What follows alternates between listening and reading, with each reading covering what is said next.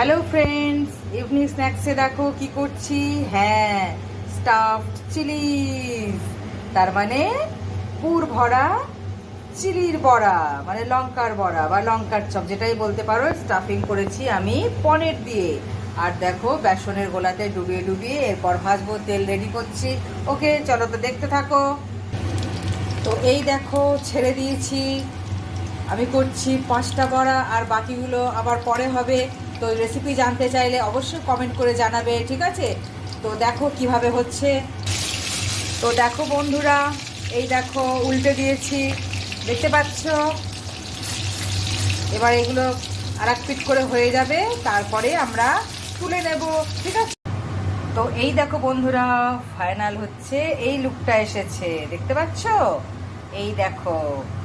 তো এই রেসিপি অবশ্যই তোমরা যদি জানতে চাও তাহলে আমাকে কমেন্ট সেকশনে জানাবে।